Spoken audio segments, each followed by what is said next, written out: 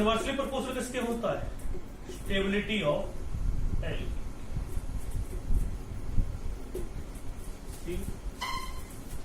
अब एक चीज समझिए, अगर कहीं पर दो डबल बॉन्ड हो तो सीधी सी बात आपको दो हाइड्रोजन ऐड करनी पड़ेंगे। दो हाइड्रोजन ऐड करने पड़ेंगे तो ज्यादा बॉन्ड बनेंगे, और अगर ज्यादा बॉन्ड बनेंगे तो इसका मतलब क्या है? मोर एनर्जी रिलीज होगी। तो इसका नेक्स्ट पॉइंट क्या बताने वाला हूं आपको, जितने ज्यादा more the number of double bond more the heat of hydrogenation.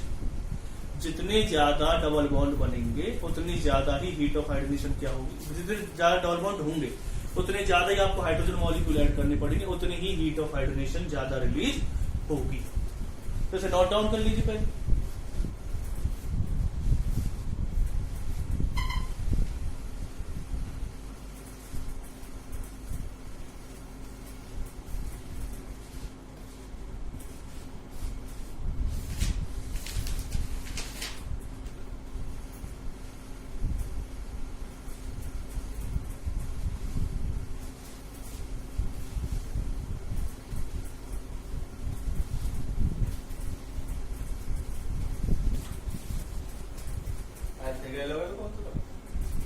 अगर इसमें हम ये कहते हैं, जैसे कंपाउंड आपको दे रखा है, इन दोनों में से किसकी हीट ऑफ हाइड्रोजनेशन ज्यादा होगी, तो आपको दिख रहा होगा इसमें कितने मल्टीपल बॉन्ड है? 2 मल्टीपल बॉन्ड है। इसमें 1 मल्टीपल बॉन्ड है, तो इसकी हीट ऑफ हाइड्रोजनेशन क्या होगी? ज्यादा, यानी कि मोर द मल्टीपल बॉन्ड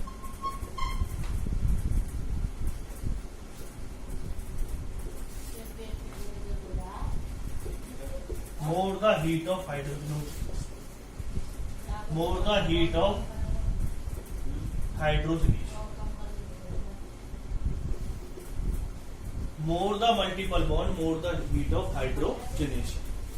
लेकिन इसमें क्वेश्चन एक अलग तरह से भी आता है। अलग तरह से क्वेश्चन किस तरह से आता है?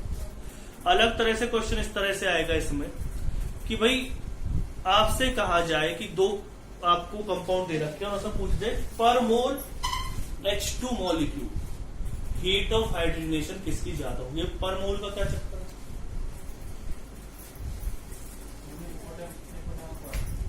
Heat of hydrogenation, heat of hydrogenation for पर मोल H2। इसका मतलब क्या है? बेशक से इस कंपाउंड के अंदर दो डबल बॉन्ड, इस कंपाउंड के अंदर बेशक से दो डबल बॉन्ड है, लेकिन हमारे लिए जरूरी क्या है कि इन दोनों में अगर दो डबल बॉन्ड है लेकिन हम इसमें सिर्फ एक ही हाइड्रोजन मॉलिक्यूल ऐड करें। बेशक से दो डबल बॉन्ड है, आपको क्या करना है? एक ही हाइड्रोजन मॉलिक्यूल ऐड करना है। ठीक है, तो पर मोल का पूछना चाह रहे हो। पर मोल का मतलब ये है कि चाहे बेशक से कितने मल्टीपल बॉन्ड हो, लेकिन आपको हाइड्रोजन कितनी ऐड करनी है? एक ही हाइड्रोजन क्या करनी है? आपको ऐड करनी है। इससे मतलब क्या है? जैसे आपको एक कंपाउंड दिया गया है,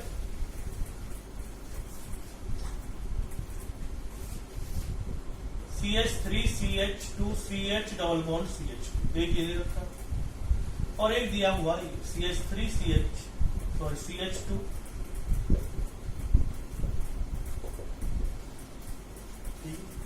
इन दोनों में आपसे पूछा जाए भाई किसकी हीट ऑफ हाइड्रोजनेशन पर मोल में ज्यादा होगी। समझना भी किसके लिए पूछ रहा है? पर मोल के लिए पूछ रहा है। बेशक से इसमें कितनी हाइड्रोजन, कितने डबल बॉन्ड है? 2 डबल बॉन्ड है, लेकिन इसमें डबल बॉन्ड कितना? एक है। लेकिन आपको जो हाइड्रोजन ऐड करना है, H2 मॉलिक्यूल ऐड करना है, इसमें भी एक H2 मॉलिक्यूल ऐड करना है, और इसमें भी H2 मॉलिक्यूल कितना करना है? एक ही ऐड करना है। अगर क्वेश्चन ये पूछ जाता कि हीट ऑफ हाइड्रोजनेशन किसकी ज्यादा होगी, तो आप तुरंत बता देते इसमें 2 डबल बॉन्ड है, इसमें एक डबल बॉन्ड है, तो इसकी हीट ऑफ हाइड्रोजनेशन क्या होगी? ज्यादा होगी। लेकिन अब क्वेश्चन ये पूछा जा रहा है कि पर मोल H2 के लिए हीट ऑफ हाइड्रोजनेशन किसकी ज्यादा होगी।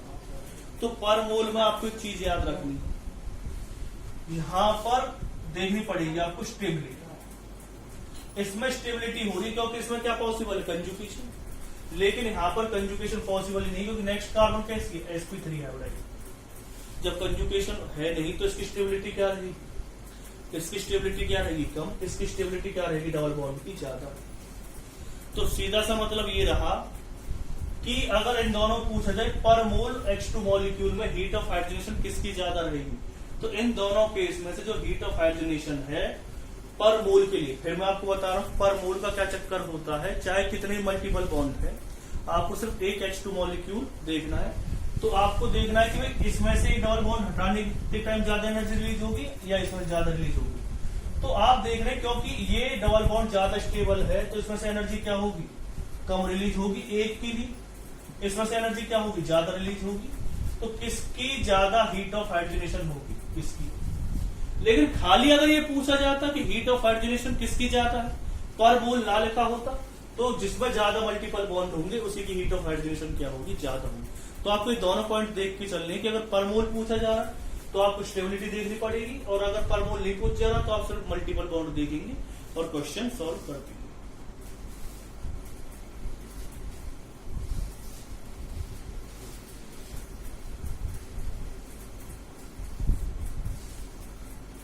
जैसे कि आपसे इसमें पूछा जाए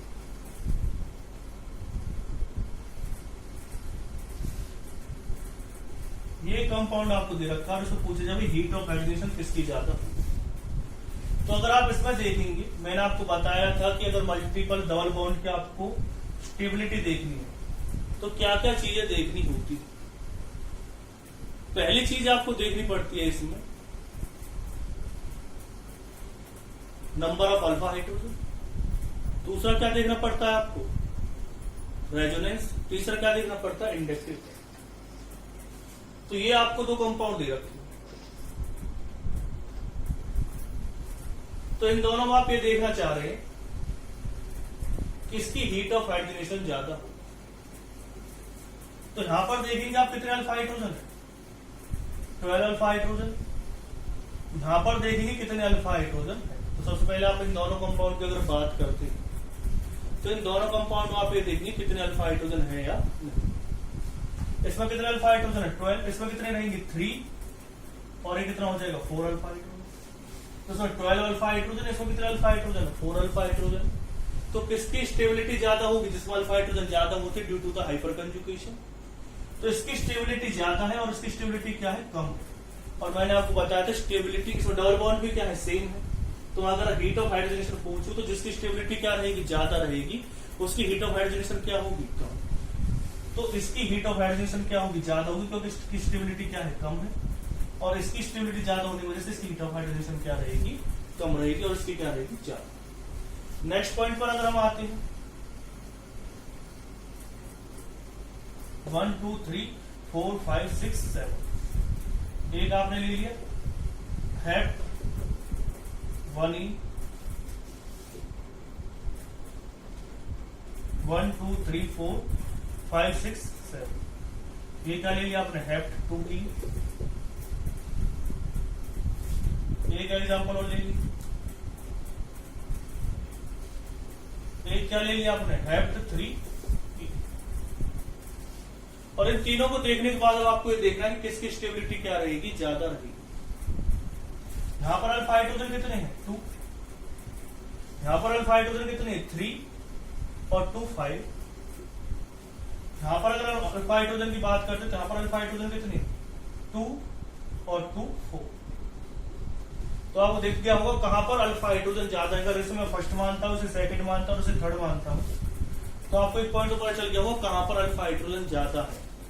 सेकंड में अल्फा हाइड्रोजन ज्यादा है, फिर थर्ड में है, और फिर किसमें, फर्स्ट में। जितने अल्फा हाइड्रोजन उतना ज्यादा हाइपर कंजुगेशन, और उतनी स्टेबिलिटी क्या होगी, कम होगी। जितनी स्टेबिलिटी कम होगी उतना ही हीट ऑफ हाइड्रोजनेशन क्या रहेगी, ज्यादा रहेगी। तो स्टेबिलिटी जितनी ज्यादा, किसकी स्टेबिलिटी ज्यादा है, इसकी ज्यादा है, इसकी क्या है, कम है, और इसकी सबसे कम। तो सबसे ज्यादा हीट ऑफ हाइड्रोजनेशन किसकी रहेगी, फर्स्ट की, फिर किसकी रहेगी, थर्ड की, फिर किसकी रहेगी, सेकंड। नेक्स्ट एग्जांपल अगर हम लेते हैं इसे,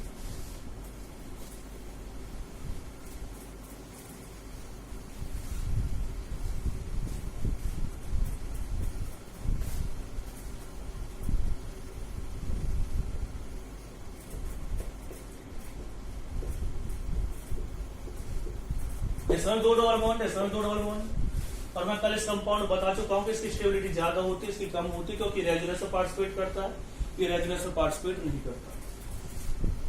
तो हीट ऑफ हाइड्रोजन किसकी ज्यादा रहेगी? इस नेक्स्ट एग्जांपल की अगर हम बात करते हैं,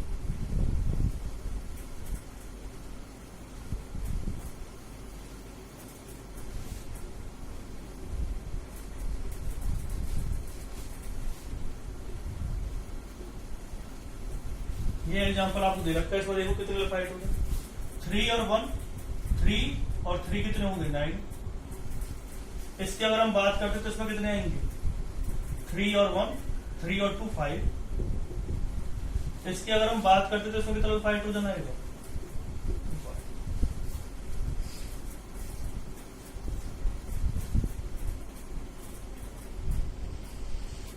तो आपको पता चली गया हो कौन सबसे ज्यादा स्टेबल? ये सबसे ज्यादा स्टेबल है। अगर इसे फर्स्ट मानते हैं, इसे सेकंड मानते हैं और इसे थर्ड मानते हैं, और हीट ऑफ हाइड्रोजन का ऑर्डर देखते हैं तो किसका आएगा? थर्ड, सेकंड और फर्स्ट। ये हीट ऑफ हाइड्रोजनेशन का ऑर्डर आ जाएगा। मैं आपको फिर बता रहा हूँ, हीट ऑफ हाइड्रोजन आपको दो तरह से देखनी है। एक देखनी पर मोल ऑफ H2, क्वेश्चन इससे भी आता है, इसी से आया था।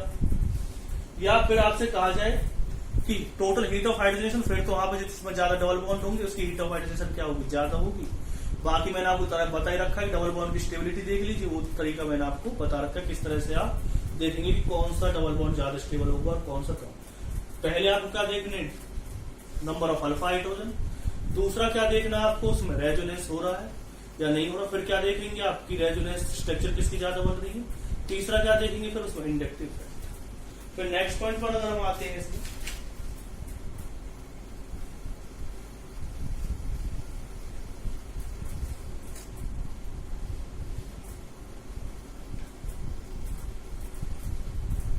इसे नोट डाउन कर लीजिए।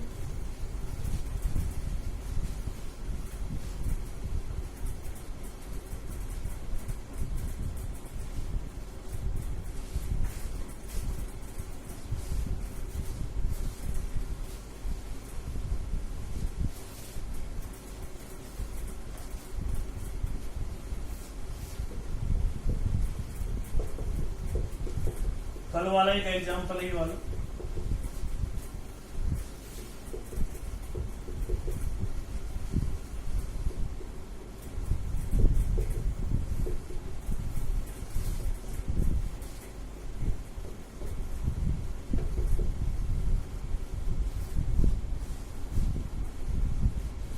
ये दो आपको दे रखे हैं 3 एग्जाम्पल्स, और कल मैं आपको इसके बारे में बता चुका हूं। ये सिस है, ये ट्रांस है और ये आइसोब्यूटी है। और आपसे कहा जाए भाई इन तीनों में से किसकी, इसे मैं फर्स्ट मान रहा हूं, इसे सेकंड, और इसे क्या मान रहा हूं? थर्ड। और आपसे कहा जाए इसकी हीट ऑफ हाइड्रोजन किसकी ज्यादा होगी। तो मैं आपको कल ही बता चुका हूं किसकी स्टेबिलिटी ज्यादा होती है और किसकी क्या होती, कम होती। तो आप जानते हैं थर्ड की स्टेबिलिटी क्या होती है? सबसे ज्यादा, तो वो सबसे लास्ट में आएगा। फिर स्टेबिलिटी सबसे ज्यादा किसकी होती है?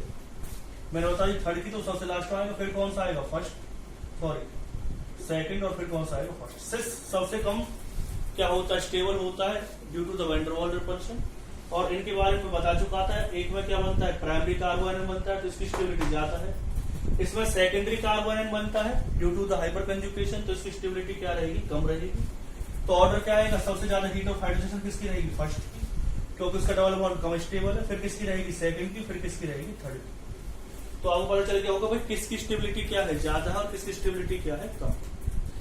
अगर हम इसमें एक नेक्स्ट पॉइंट पर आते हैं, या वो पता चल गया भाई इसमें हीट ऑफ हाइड्रोजन किसकी ज्यादा रहेगी और किसकी क्या रहेगी? कम रहेगी। तो सब कुछ आपको किसके बेसिस पर देखना है? सब कुछ देखना हाइपर कंजुगेशन, रेजोनेंस, जो टॉपिक मैं आपको ऑलरेडी करवा चुका हूं। अब जैसे कि एक एग्जांपल आपने लिया,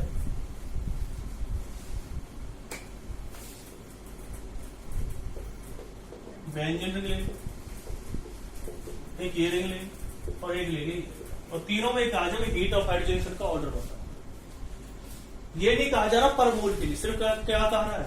हीट ऑफ हाइड्रोजन का ऑर्डर बताओ। तो सबसे ज्यादा हीट ऑफ हाइड्रोजन किसकी रहेगी? इसकी, क्योंकि जितने ज्यादा डबल बॉन्ड उतने ही हाइड्रोजन मॉलिक्यूल आपको ऐड करने पड़ेंगे, उतने ज्यादा ही बॉन्ड बनेंगे, उतनी ज्यादा ही एनर्जी क्या होगी? रिलीज होगी।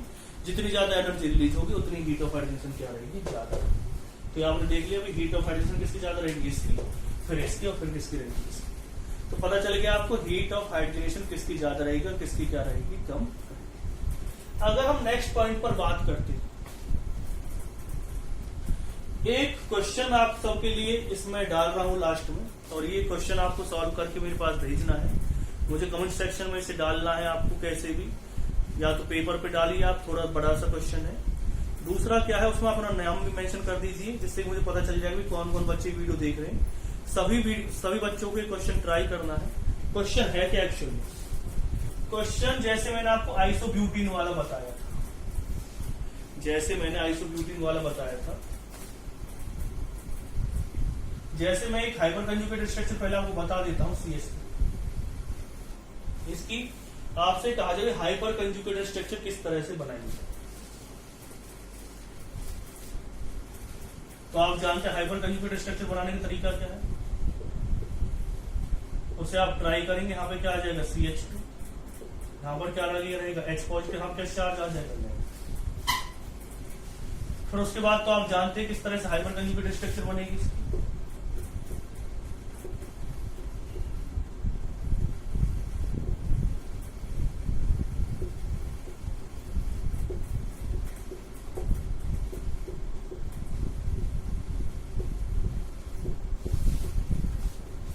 ये इसके हाइपर कंजुगेटेड स्ट्रक्चर बन जाएगी। मैंने बता ही रखा आपको किस तरह से बनती है हाइपर कंजुगेटेड स्ट्रक्चर, थोड़ा सा आइडिया मैं आपको दे देता हूं इसको। कार्बन हाइड्रोजन का बॉन्ड ब्रेक डाउन होगा, तो यहाँ पे कैसा चार्ज आएगा, हाइड्रोजन के ऊपर पॉजिटिव आ जाएगा, कार्बन के ऊपर कैसा आएगा, नेगेटिव चार्ज आएगा। ये बॉन्ड ब्रेक डाउन आप करोगे, यहाँ पे नेगेटिव चार्ज आएगा, नेगेटिव पॉजिटिव क्या बना देंगे, बॉन्ड बना देंगे, और यहाँ पर कैसा चार्ज रह जाएगा, सॉरी, यहाँ पर नेगेटिव चार्ज होगा, यहाँ पे पॉजिटिव चार्ज आएगा, तो बॉन्ड आप तोड़ेंगे, तो नेगेटिव पॉजिटिव क्या बना देंगे, बॉन्ड बनाते हैं, यहाँ पे कैसा चार्ज रह जाएगा, नेगेटिव चार्ज रह जाएगा। तो आप ऐसे से कोई सी हाइड्रोजन ले सकते थे, मैंने एक हाइड्रोजन ली, तो आपको पता चलिए किस तरह से स्ट्रक्चर बनेगा। अब जो मेन बात मैं आपको बताने जा रहा हूँ, जो मेरा क्वेश्चन एक्चुअली, मेरा क्वेश्चन है आपको बताना है कि मैं 2 कंपाउंड आपको दे रहा हूं, उनमें से बताना कौन सा ज्यादा स्टेबल होगा।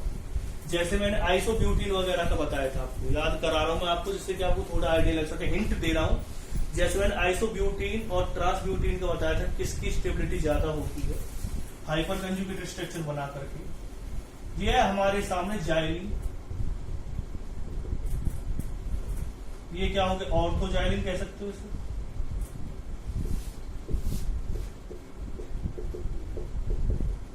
इसे क्या कहेंगे आप, मेटाजाइलिन। आपको बताना है इन दोनों में से किसकी स्टेबिलिटी क्या होगी, ज्यादा होगी, और किसकी स्टेबिलिटी क्या होगी, कम। ऑर्थोजाइलिन और मेटाजाइलिन में से किसकी स्टेबिलिटी ज्यादा होगी और किसकी स्टेबिलिटी क्या होगी, कम। ये आपको बताना है, कमेंट सेक्शन में बताना है आपको, और सभी स्टूडेंट जितने भी वॉच कर रहे हैं सभी को इसके बारे में बताना है किसकी स्टेबिलिटी ज्यादा होगी और क्यों। इसका आपको कैसे भी स्नैप लेकर के या स्क्रीनशॉट लेकर कैसे भी आपको पोस्ट करना है, कमेंट करना है, और उसमें नाम भी मेंशन करना है कि आपका नेम क्या है, जितने भी इस वीडियो को यूट्यूब पर वॉच कर रहे हैं। तो थैंक यू स्टूडेंट, इस क्वेश्चन को आपको सॉल्व करना है, नोट डाउन करना है।